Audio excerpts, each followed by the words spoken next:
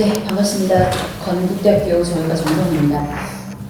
제가 경실련 활동을 하면서 나름 저희 쪽에서 이제 정책위원회, 정치개혁위원회를 지난 여름부터 발족을 시켜서 빨리 준비를 한다고 했었거든요. 그래서 엄기영 교수님도 그렇고 또 김성달 사무총장님과 나름 합을 맞춰왔었는데 11월쯤 되니까 정치권에서 콜이 좀 살살살살 들어오더라고요. 정개특위에서도 이제 발등에 불이 떨어진 거죠. 그리고 역시 정개특위에서도 해결이 안 된 채 전원위원회에 공을 넘긴다고 얘기를 합니다. 제가 어제 전화를 몇 통을 받았는데 국회에서 이제 몇몇 보좌진들한테 급하게 콜이 와요. SOS죠. 전원위원회 당장 들어가는데 안이 없다 우리는. 너네 뭐 민주당 아니냐, 혹은 너네 국민의힘 아니냐. 국힘에서는 한 개를 내놨고 민주당에서는 두 개를 내놨는데 거기 너네가 스탠스 맞춰야지라고 얘기했더니 그건 그런데 우리 안이 없어 라는 거죠. 네, 말 그대로입니다.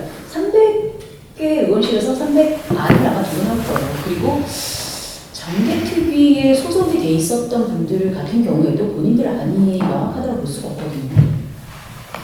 오늘 이제 제가 굉장히 반가운 게 저는 부산 출신이에요. 그래서 부산에서 초중고로 나오고 또 이제 그런 인연으로 또 도한영 부산 위원장, 경실련 위원장이 돼서 한번 와달라 하시고 중앙에서도 네가 내려가라.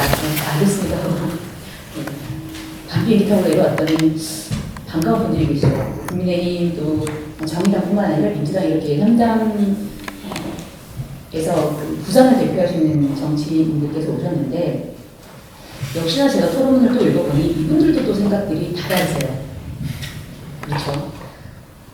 어렵습니다. 선거제도 굉장히 어렵거든요. 저도 이제 정치학자고 전공을 한 사람입니다만은 어제 제가 이 파트 관련해서 간단하게 정학과 수업을 이제 전공 수업인데도 이 얘기를 하면서 지난번 21대 국회의원 선거제도는 이른바 썩은 제도다.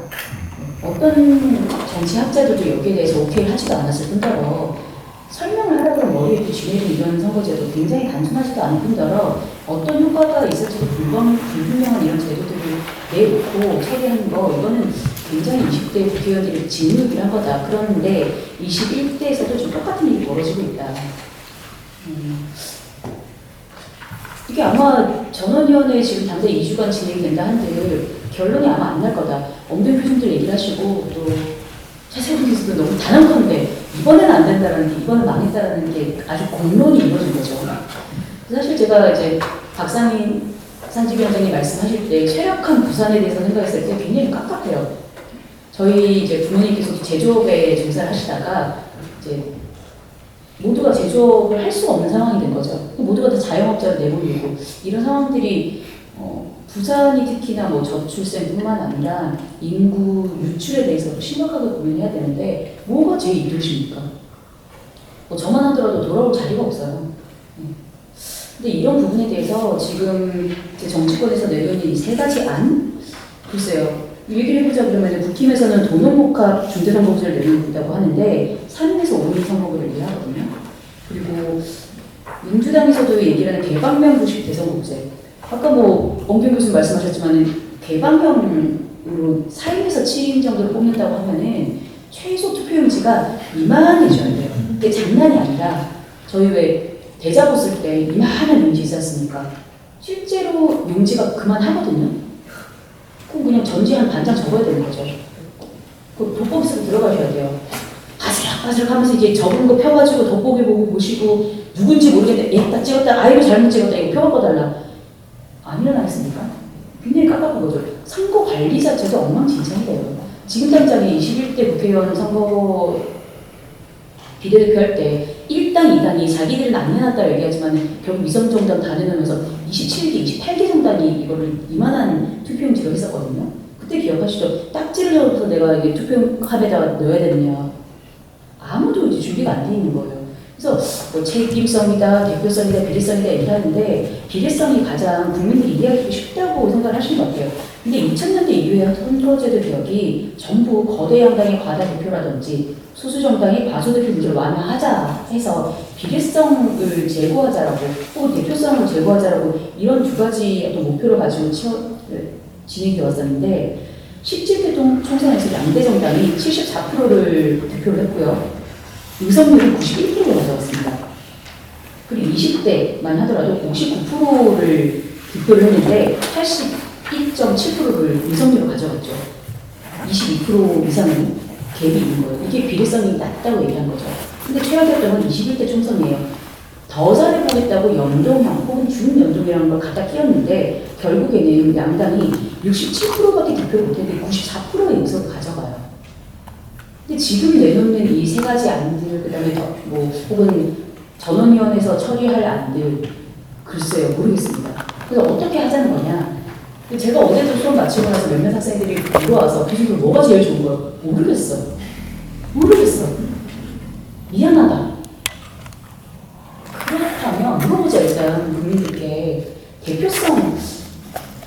대표성이라고 얘기하는 뭐 다양성 혹은 계층 다양성, 지역 대표성 뭐 여러 가지를 봐야 되는데 대표성을 제거하자 그러면은 5천만 국민이 5천만 명 다 들어가야 돼요.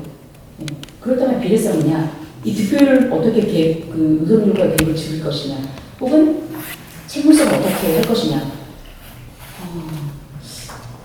2번은 늦었다라고 한다. 네. 아마 전원위원회에서 결론 안 할 겁니다. 그러면은 4월이다 언제다 벌써 받지 말고, 사실 지난번 20대도 마찬가지였거든요. 이게 정대TV 신상동 위원장이 열심히 회의를 몇 날 며칠 하고 밤샘 토론하고 나서 결국 내놨던 그 준연동형 내놨을 때 기자들이 앞에서 뻗치게 하고 물어봤어요. 어떻게 됐습니까? 준연동형 하기로 했다. 그래서 그게 어떤 식이냐? 그거는 국민들이 알 필요 없고라고 얘기했어요.